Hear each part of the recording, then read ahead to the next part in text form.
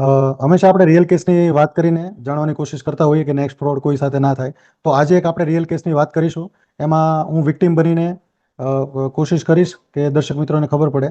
તો હું role play કરી અને આપણે જે ફ્રોડ થઈ ગયો છે એના વિશે વાત કરીશું. તો નરેશભાઈ, જે LMIનો ફ્રોડ થઈ ગયો છે મારી સાથે, એના વિશે આપણે ડિસ્કસ કરવાનું છે. Nareshbhai, Let's begin the discussion, Nileshbhai. તો નરેશભાઈ, એઝ યુઝ્યુઅલ મને એક એજન્ટના કોન્ટેક્ટમાં આવ્યો હતો હું, બરાબર, એમ રિલેશનમાં પણ હતો. મને LMI વર્ક પરમિટ એમણે વાત કરી, બધી પ્રોસેસ સમજાવી અને હું એગ્રી થઈ ગયો. અને પછી ધીરે ધીરે અમુક અમાઉન્ટ મારી પાસે XYZ અમાઉન્ટ લીધું અને પછી LMI મને આપ્યું એણે.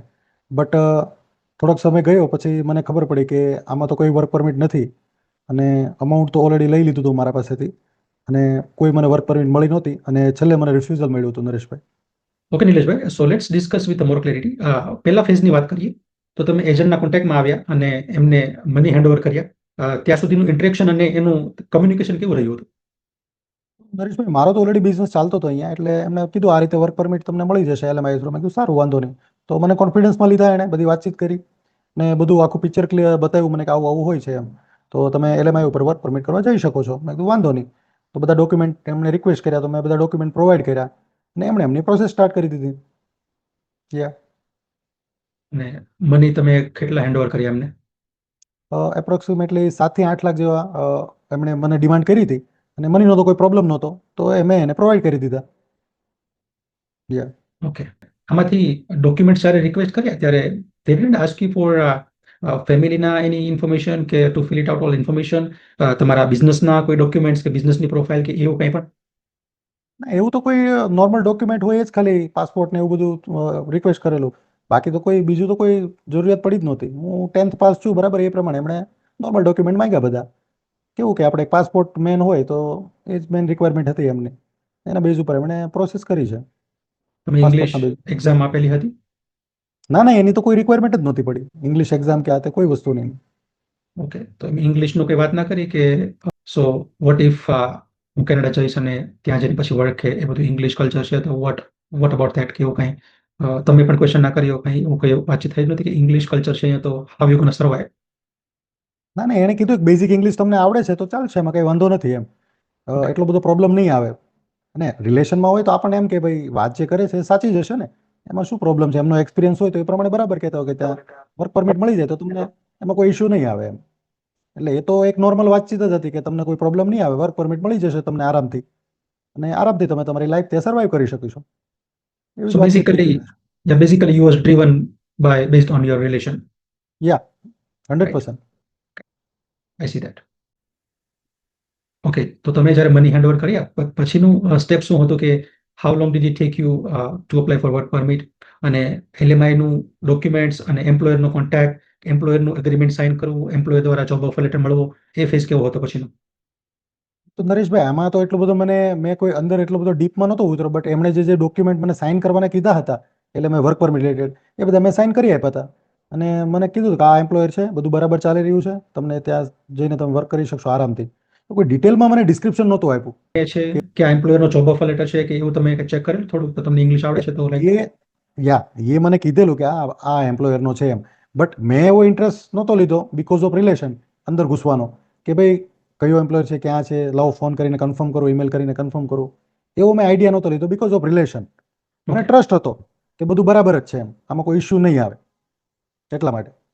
સો ઇંગ્લિશ ની કોઈ વાતચીત નહીં, કોઈ કન્ફર્મેશન નહીં, પછી એમ્પ્લોયર કોઈ વસ્તુ સાઇડથી નહીં, પણ તમે કોઈ વેરિફિકેશન નહોતું કોઈ કર્યું વસ્તુ કે નહીં નરેશભાઈ. રાઈટ? યા, ઓકે, ઓલરાઈટ. અને 2-3 મહિનામાં બધું અમાઉન્ટ મારી પાસેથી એમને જે ડિમાન્ડ કર્યું એ બધું લઈ લીધું હતું. અને એમણે કીધું 6-8 મહિનામાં તમારી પ્રોસેસ થઈ જશે, રિમેનિંગ અમાઉન્ટ છે એ જોઈ લઈશું આપણે એમ. એટલે 6-8 મહિના તો એ વસ્તુ વાતને થઈ ગયા. હવે એમણે કઈ રીતે એપ્લાય કર્યું એ તો મને આઈડિયા નથી બહુ. નેક્સ્ટ પ્રોસેસ તમે એમ પણ કીધેલું કે તમારા કોઈ રિલેટિવ્સ છે એ કેનેડા છે ખાસા એવા ટાઈમથી, તો એમને તમે કોન્ટેક્ટ કરીને કે કોઈ ખાલી કન્ફર્મેશન માટે કે ફોર્માલિટી ખાતર કે જસ્ટ ફોર સિક્યુરિટી કે એવું ના પૂછ્યું? એટલે એવી ખાલી વાતચીત થઈ હતી કે ભાઈ મારે આવી રીતે વાત ચાલે છે એમ. કોઈ ડીપમાં મેં એને ઇન્ફોર્મેશન નહીં આપેલી કે આ રીતે છે ફ્રેન્ડ, કે આવું આવું મને ઓફર કરેલું છે આ એમ્પ્લોયરનું છે, એવું કોઈ મારે વાતચીત નહોતી થઈ. બટ કેવું આપણે ઉપરછલી વાત કરતી હોય ને, સુપરફિશિયલી, એ ટાઈપની વાત કરેલી એમ મેં. સો પછી આ બધું કમ્યુનિકેશન અને લાઈક આમ જોઈએ તો મની હેન્ડઓવર કર્યા પછી તમને આમ જો કે કંઈ એટલું બધું ડોક્યુમેન્ટ રિક્વેસ્ટ કોઈ વધારે કમ્યુનિકેશન બેઝિકલી થયું નથી લાગતું. ના ના આઈ ગેસ મની લીધા પહેલાનું જે કંઈ હોય હશે, બટ મની લીધા પછીનું કંઈ directly straight forward work permit પણ રેડી કરીને નરેશભાઈ સબમિશન સુધીનું તમારી પ્રોસેસ થયેલી છે એવું લાગે છે. પણ મને એવો કોન્ફિડન્સમાં જ એમણે લીધા કે તમારે કોઈ પ્રોબ્લેમ નથી, કોઈ ઇશ્યુ, ટેન્શન લેવાની કોઈ જરૂર નથી, બરાબર. તમારી વર્ક પરમિટ આરામથી આવી જશે, તમારા બધા ડોક્યુમેન્ટ ને તમારું બધું ફૂલફિલ થઈ જાય છે ઓલરેડી, એમાં કોઈ ઇશ્યુ નથી. તમારે ફેમિલી છે, વાઈફ છે, 2 કિડ છે, તો તમે એમનું કશું ના પૂછ્યું કે મારા ફેમિલીનું શું થશે, એનું ક્યારે વર્ક પરમિટ જોડે કે પછી કે એમનું શું પ્લાનિંગ છે? એમણે કીધું કે તમે એકવાર ત્યાં પહોંચી જાઓ પછી એના બેઝ ઉપર તમારા ફેમિલીનું બી થઈ જશે આરામથી, એમાં કોઈ ઇશ્યુ નથી, પણ તમારે એકવાર પહેલા પહોંચવું જરૂરી છે, એના બેઝ ઉપર એ લોકોનું થઈ જશે. હમ. એનો એવો બી કોન્ફિડન્સ આપેલો મને. ઓકે, હમ. રાઈટ. ધેન વર્ક પરમિટ જ્યારે તમારી અપ્લાય થાય, વર્ક પરમિટ અપ્લાય થયા પછી જે તમે કીધું 4 to 6 મંથ જેવો વેઇટ કર્યો, તો 4 to 6 મંથ દરમિયાન કઈ કમ્યુનિકેશન હતું ખરું પછી અપ્લાય કર્યા પછી ડિસિઝન આવ્યા વચ્ચે? યા ફોલોઅપ હતો મારો કે ભાઈ ક્યાં પ્રોસેસ પહોંચી, ક્યારે વર્ક પરમિટ આવશે મારી, ક્યારે મારે જવાનું થશે, એ બધી નોર્મલ વાતચીત કેવી આપણે ફોલોઅપમાં લેતા હોય એવી રીતે વાતચીત થતી રહેતી એમ 15 દિવસે 20 દિવસે મારે. So finally then what about after the decision? જ્યારે ડિસિઝન આવ્યું છે તે દિવસે રાઈટ હવે તમને કન્ફર્મ કરેલું, કેટલા દિવસ લાગ્યા કન્ફર્મ કરતા? તમે અપ્રોચ કર્યો પછી કર્યું કે ડિસિઝન આવ્યું તરત તમને ઇન્ફોર્મ કર્યું કે ધીસ ઇઝ નેગેટિવ ડિસિઝન, અને એ ડિસિઝન આવ્યા ત્યારની સિચ્યુએશન શું હતી?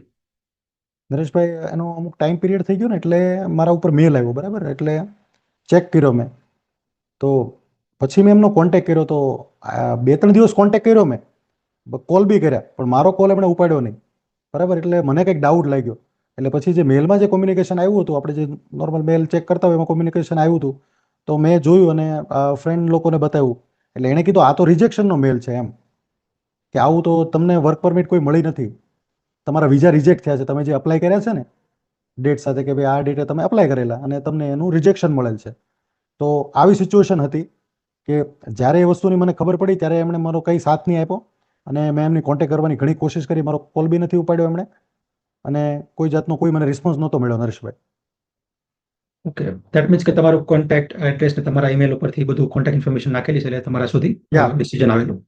યા મોસ્ટલી એજન્ટો એવું કરતા હોય છે કે એમનું પોતાનું તમારા નામે કરતા હોય, તમારું ઈમેલ આઈડી, તમારો કોન્ટેક્ટ ઇન્ફોર્મેશન, બટ એ પોતે એક્સેસ કરી શકે ને એ પ્રમાણે સબમિટ કરતા હોય છે. એક્સેસ હતો એ તમે કીધું એમ મારી પાસે કોન્ટેક્ટ કરતા કે ભાઈ આવું તમે એક્સેસ આપો તો હું આ પ્રોસેસ કરી દઉં એમ, એટલે એવું થતું હતું ઘણી વાર કે મારી પાસેથી એક્સેસ લેતા હતા અને એ સબમિટ કરી શકે, તો આઈ થિંક તમે કહ્યું એ પ્રમાણે કે મારા આઈડીથી જ એમણે સબમિટ કર્યું એટલે ઇઝીલી અને કામ થઈ જાય એમ.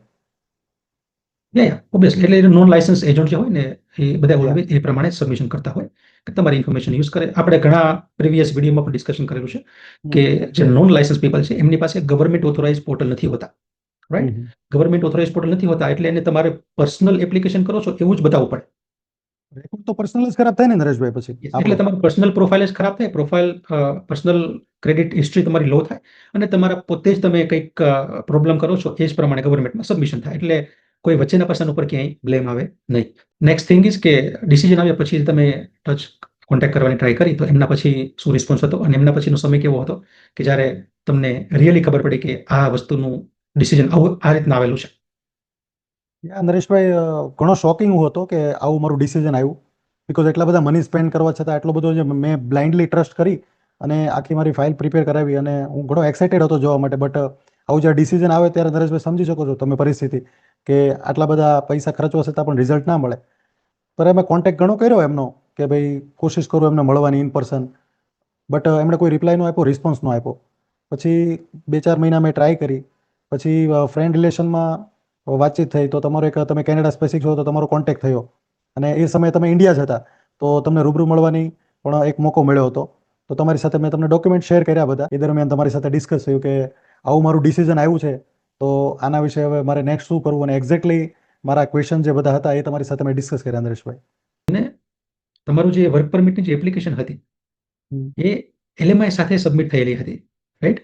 અમુક લોકો, અમુક જે સ્કેમર ફ્રોડ એજન્ટો હોય એ લોકો કેવું કરતા હોય કે વર્ક પરમિટની એપ્લિકેશન સબમિટ કરે અને એલએમઆઈ નો ડોક્યુમેન્ટ એડ ના કરે, આમને જવા દે. ઓકે. એટલે એમને ખબર છે કે આ વર્ક પરમિટ આરામથી રિફ્યુઝ થઈને આવી જશે, બરાબર? હવે આમાં તમારે કેવું થયેલું છે કે વર્ક પરમિટની એપ્લિકેશન સબમિટ કરેલી છે અને એમાં એલએમઆઈ પણ મૂકેલું છે, બટ ઓકે. એ જે એલએમઆઈ જે મૂકેલું છે એ જેન્યુન નહોતું. એલએમઆઈ જે બરાબર. ડોક્યુમેન્ટ મૂકેલું હતું ફાઇલમાં, એ જે એમ્પ્લોયરનું જે નામ બતાવેલું હતું, ઓન્ટારિયોમાં કોઈ એમ્પ્લોયર છે, એ એમ્પ્લોયરનો બિઝનેસ કે કોઈ એમ્પ્લોયર એક્ઝિસ્ટિંગ નહોતું. ધેટ મીન્સ કે એવો ઓકે. કોઈ એમ્પ્લોયર હતો જ નહીં કે જે એલએમઆઈમાં મેન્શન કરેલું હતું. બરાબર બરાબર. છે? Dummy employer. ડમી એમ્પ્લોયર એવું કહી શકાય તમે. યસ, એમ્પ્લોયર જ નથી. યા. રાઈટ? જ્યારે તમે સર્ચ કરો છો, યુ ડોન્ટ સી ધેટ. એટલે આપણે આપણે જ્યારે આવી સિચ્યુએશન હોય ને, ત્યારે જો તમે થોડી પણ કોશિશ કરતા હોય ને, એટલા માટે આપણે કહેતા હોય કે ઓલવેઝ થોડું સર્ચ કરતા શીખો. તમે કદાચ ઇનડેપ્થ રિસર્ચ નહીં કરી શકો, ઇનડેપ્થ સર્ચ નહીં કરી શકો, બટ થોડું પણ તમને આવડતું હોય ને, તો તમે થોડું ઘણા ક્વેશ્ચન કરી શકો. અને જ્યારે તમે ક્વેશ્ચન કરો ને, ત્યારે તમને ખ્યાલ આવે કે આ પર્સન મારા ક્વેશ્ચન આન્સર નથી આપતો કે આપે છે કે નહીં. તો એના પરથી તમને before you take a big step ખબર પડી જાય કે અહીંયા કંઈક લોચા લાપસી લાગે છે. રાઈટ? ત્યાં પણ સો નરેશભાઈ એવા કોન્ફિડન્સમાં જ લીધા હોય કે આપણે કોઈ એવો પૂછવાનો મોકો જ ના મળે, એવું પિક્ચર જ યસ, આપણે આખું બતાવ્યું હોય એક્ઝેક્ટલી, કે કોઈ જરૂર જ ના પડે એમ, કે બધું બરાબર જ ચાલે છે એમ, એક્ઝેક્ટ એવા હોપ આપેલા હોય આપણને. એક્ઝેક્ટલી. એટલે આપણે જે વાત કરી કે તમારું એમ્પ્લોયર ડમી હતા, કોઈ એમ્પ્લોયર એવા હતા જ નહીં, અને જે એલએમઆઈ ડોક્યુમેન્ટ હતું એ જેન્યુઇન નહોતું. રાઈટ? એટલે જ્યારે જેનો બેઝ જે ડોક્યુમેન્ટ છે, એ બેઝ ડોક્યુમેન્ટ જ જેના બેઝ ઉપર વર્ક પરમિટ થાય છે, એ બેઝ ડોક્યુમેન્ટ જ વેલિડ નથી, તો તમને વર્ક પરમિટ મળવાની નથી. It's very clear. બરાબર છે? બરાબર. સો જસ્ટ બીકોઝ ઓફ આપણું એલએમઆઈ ડોક્યુમેન્ટ જેન્યુઇન નહોતું, એટલે તમારી વર્ક પરમિટનું ડિસિઝન રિફ્યુઝલ આવેલું છે.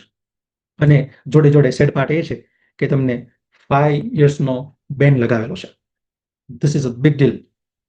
5 વર્ષ સુધી તમે હવે કોઈ પણ જેન્યુઇન એપ્લિકેશન હોય, જેન્યુઇન એલએમઆઈ હોય કે કોઈ પણ રાઉટ હોય કેનેડા જવાનો, એ તમે 5 વર્ષ સુધી કેનેડામાં અપ્લાય નહીં કરી શકો. Just that's need to be very clear. તો મને આ 8 લાખ સાથે એક આ પણ સાથે લોટરી મળી ગઈ ને, એના સાથે સાથે 5 વર્ષનો બેન પણ મળી ગયો. એક તો મારી પ્રોફાઇલ ખરાબ થઈ, પૈસા ગયા મારા, અને એક્ઝેક્ટલી. પ્લસ એની સાથે સાથે મને આવો બેન પણ મળી ગયો 5 વર્ષનો. Unfortunately yes. યા, કન્ટ્રી બંધ જ થઈ ગઈ ને મારા માટે 5 વર્ષ માટે તો. એક્ઝેક્ટલી. અને હવે નેક્સ્ટ કદાચ પછી પાછળથી ખુલે તો બી મારા માટે સારું શું થાય એનું શું શ્યોરિટી? there કારણ કે is always there is no government surety. સાથે મારો રેકોર્ડ તો ખરાબ જ થઈ ગયો ને already. Exactly, there is no surety ever in immigration world. Right? કોઈ શ્યોરિટી કે આ જે સ્કેમર્સ છે એ પેલા સ્કેમર કરતા પણ ખરાબ સ્કેમર્સ કહેવાય. યા. પેલા સ્કેમરો ખાલી તમને રિજેક્શન આપે. આ સ્કેમરે શું કર્યું? તમને ડિસિઝન જોડે 5 વર્ષનો બેન પણ આપી દીધો. અચ્છા. એટલે આમાં તમારી લાઈફ એટલે આવતા 5 વર્ષ માટે બ્લોક કરી દીધી. તમારા 7-8 લાખ રૂપીસ પણ ગયા, 5 હમ. વર્ષનો બેન પણ આપી દીધો. એટલે કહેવાય ને કે એક પેલા એક ઘા ઉપર બીજો ઘા ને ત્રીજો ઘા એમ કરીને 5 વર્ષનો બ્લોક જ મૂકી દીધો. ઓકે. પ્રેક્ટિકલી નજરે જોવાનું છે, અને જોબ થતું હોય તો બચવાનું છે. બટ આપણે જો આવા કેસીસ આપણને આપણી જોડે થાય, તો આપણને આપણા ક્લોઝ ફેમિલી રિલેશનને ખબર પડવાનું છે. But do you think so કે આવું કોઈ પબ્લિકલી કોઈ એક્સપોઝ કરશે? કોઈ કંઈ પબ્લિકલી કે ભાઈ 200-500 પીપલને ખબર પડે અને કોઈ પબ્લિકલી કોઈ કેસ પોતાનો ડિસ્કસ કરવા માટે ઇન્ટરેસ્ટેડ થશે? ના. ના થાય ને, People- ના જ થાય Nareshbhai. People just put a full stop કે ભાઈ જવા દો, ચલો રિલેશન યા. હતું ને આગળ. મતલબ આવું આપણે ફૂલ સ્ટોપ મૂકી દઈએ છીએ ને, એટલે જ લોકોને ઇન્સ્પિરેશન મળે છે કે આમાં કરવામાં કઈ વાંધો નથી. વાંધો ફ્રોડ નથી. નોર્મલ છે, ફ્રોડ કરવું નોર્મલ છે, કરે જાઓ. યા. અને રિલેશનમાં કોશિશ કરે એટલે ઈઝી થઈને તમને કન્વિન્સ કરવા મની લેવાય. ફ્રોડ જ Okay. કરવો છે, then there is no blockage for them. Right? So guys, we need to be very careful. કોઈ પણ હોય, રિલેશનમાં હોય, નોન રિલેશનમાં હોય, જ્યારે સી આમાં તમે આપણે તમારી પ્રોફાઇલ જોઈએ ને, તો તમે કીધું તમારું એજ્યુકેશન 10th પાસ હતું. રાઈટ? 10th પાસ હતું. અમે અમારા બધા ક્લાયન્ટને અવેર કરવાની કોશિશ કરતા હોઈએ કે જ્યારે તમારે 10th લેવલના એજ્યુકેશન હોય, નો ઇંગ્લિશ હોય, તમે કેનેડા આવીને શું કરશો? યા, સાચી વાત છે. રાઈટ? લોકો કહે છે કે મતલબ જ અમને નથી. અમે કિડ્સ માટે આવીશું, અમારું કિડ્સનું ફ્યુચર. બટ કિડ્સ મે બી તમારા 5-7th સ્ટાન્ડર્ડમાં સ્ટડી કરે છે. યુ આર ઓલરેડી 40-45 એજની વચ્ચે, and you are saying that અમે કિડ્સ માટે આવીએ છીએ. તમારું ફ્યુચર શું છે નેક્સ્ટ 10 to 20 years? પીપલ અહીંયા આવે છે, સમહાવ ઘૂસણખોરી કરીને એન્ટ્રી પણ લઈ લે છે, બટ ડુ યુ નો કે અહીંયા આવીને પછી લાઈફ કેવી હોય છે? જસ્ટ બીકોઝ ઓફ યુ કેમ કે અમારા કિડ્સ માટે આવીએ છીએ. યુ ડોન્ટ નો કે તમારી પોતાની લાઈફ શું છે. You are 10th study, basic English આવડે છે કે નથી આવડતું, મે બી યુ આર નોટ શ્યોર. અહીંયા લેબર જોબ કરવી પડે. લેબર જોબ એટલે કે જેમાં કમ્યુનિકેશન કરવાનું ના આવે ને એવી જોબ તમારે કરવી પડે. રાઈટ? એટલે એ તમારું જે લાઈફ હોય છે, ઇટ્સ કમ્પ્લીટલી એ આપણે ડિસ્કસ ના કરી શકાય. સાચી વાત લોટ્સ ઓફ છે. સિચ્યુએશન એવા તમને મળી જાય, સિચ્યુએશન જોવા, ડિસ્કશન, ન્યૂઝ, વિડીયોઝ, યુટ્યુબ પર કે લોકો જે ઇંગ્લિશ નથી આવડતું એમની લાઈફસ્ટાઈલ કેવી હોય છે, એમાં શું ઓપ્શન હોય છે એમના માટે. એમને મ્યુટવાળી જોબ કરવાની કે જેમાં બોલવાનું ના એવી જોબ કરવાની હોય, કે બોક્સ પેકિંગ કરવાના આમ તેમ હોય, અથવા તો ગુડ ટેમ્પરેચર વાળું કોઈ એરિયા હોય પ્રોવિન્સ સિટી, તો ભાઈ ત્યાં ફાર્મમાં પણ વર્ક કરવા જાય એ ટાઈપનું વર્ક કરતા હોય છે. સો બેઝિકલી તમારે બોલવાનું નહીં, જ્યાં બોલવાનું નથી આવતું, speaking is not required, you can do all the job duties. Yeah હવે મતલબ નથી રહેતો યુરોપમાં છો, તમે ઇન્ડિયામાં છો, you are doing the good business, you are earning well, money is not a big problem, money is not the goal to come here. So this is the something we always talk with our client with full transparency and honesty. કેમ કે see, that's how you see the difference, right? Okay, talking with the professionals, talking with those agents and fraudsters, scamsters, you don't know actually તમે definition જ ખ્યાલ નથી, તો we don't expect કે you know everything, but that's why as always we try to spread awareness કે people aware બને, share કરે એકબીજા જોડે કે ભાઈ આવું થાય છે. સો યા એટલું શેર કરે કે એટલીસ્ટ આ સિચ્યુએશન રિયલાઇઝ થયા પછી તમને તમારા જોડે આવું ના થાય. આપણી કોશિશ એ છે એટલીસ્ટ આપણે રેકોર્ડ કરીએ, શૂટ કરીએ, આપણા ઓડિયન્સ જોડે શેર કરીએ, એટલીસ્ટ પછી આવું ના થાય. બટ સેડ થિંગ શું છે ખબર છે કે આપણે લેટ છે, આપણે કદાચ એપ્રોક્સિમેટલી 1 વર્ષથી આપણે 1 યર થઈ ગયું આપણે શેર કરીએ છીએ, તેમ છતાં પણ people are giving the money and coming with a fraud. People are handing out the yeah money and coming to us કે અમારા મની જતા રહ્યા. This is the sad part. So awareness it's awareness it's આવી very જરૂરી છે. unfortunate કે આપણે why don't we take it seriously, આપણે કેમ આને સિરિયસ નથી લેતા, હમ અને આપણે જોઈએ છીએ તો આપણે આપણા રિલેશન ફ્રેન્ડ્સમાં ડિસ્કસ કેમ નથી કરતા કે આવું થાય છે. આપણે કેરફુલ રહેવાનું છે. ના કે યા તમારી પાસે મની છે તો ગમે ત્યાં આપી દો, it's become zero eventually, right? Nareshbhai થોડી વાર લાગશે, બટ ધીરે ધીરે અવેરનેસ ફેલાય છે, લોકો જાગૃત તો થાય છે, ઓબ્વિયસલી યસ, બટ થોડી વાર લાગશે, બટ થઈ જશે. Obviously yes. Yeah, યા તો hopefully this whole conversation helps everyone to get some basic clarity, અને આવો ફ્રોડ ના થાય એવું આપણે ધ્યાન રાખીએ. કોઈ પણ LMI મેટર હોય, વર્ક પરમિટ, ડાયરેક્ટ વર્ક પરમિટની મેટર હોય, so always seek professional assistance. There are 4 to 5,000 RCIC available in Canada. કોઈ પણને તમે ઓનલાઈન ઉપર જઈને અપોઇન્ટમેન્ટ બુક કરીને કોન્ટેક્ટ કરી શકો, એ તમને એપ્રોપ્રિએટલી ગાઈડ કરી શકે. તમે અમને કોન્ટેક્ટ કરી શકો, અમારી જોડે અપોઇન્ટમેન્ટ બુક કરી શકો, અથવા તો કોઈ પણ ઇમિગ્રેશન લોયર કે RCIC જોડે તમે તમારો કેસ ડિસ્કસ કરી શકો. બટ રિમેમ્બર, અહીંયા જે અપોઇન્ટમેન્ટ સિસ્ટમ છે, it always gonna cost you $100, $200, $300, $400, $500, which is Indian રૂપીસમાં તમે જો તો 20,000-30,000 rupees. But see the difference, તમે 20,000-30,000 રૂપીસ તમારા કેસ ડિસ્કસ કરવાના પ્લાન કરવાના તમે પે કરો છો, you are not losing 5 to 7 lakh rupees. Yeah બરાબર? આ ડિફરન્સ છે ને, તમને ત્યાં એજન્ટો, સ્કેમરો ખ્યાલ નથી આવવા દેતા. યા પણ એ નરેશભાઈ હું તમને તમને એનું લોલીપોપ જ એક્ઝામ પકડાવે, એ તમને લોલીપોપ પકડાવે કે do you really want to give like 20,000-30,000 rupees for an appointment and to discuss your case? No no no no, તમે અમને 5-7 લાખ રૂપીસ આપી દો, અમે જુઓ શું કરીએ છીએ એનું. સો નરેશભાઈ હું એન્ડ તમને પણ તમને એવું થાય કે વાત તો બરાબર છે, અપોઇન્ટમેન્ટ સિસ્ટમ અને કેસ ડિસ્કસ કરવાના I should pay like 20,000-30,000 rupees કે 15,000-20,000 રૂપીસ. એટલે તમે 20,000-30,000 રૂપીસ સાઈડમાં ભૂલીને યુ ગીવ ધેમ લાખો રૂપીસ. સમજો, આ વેરી બેઝિક થિંગ છે. If you understand this, you can make so many smart decision.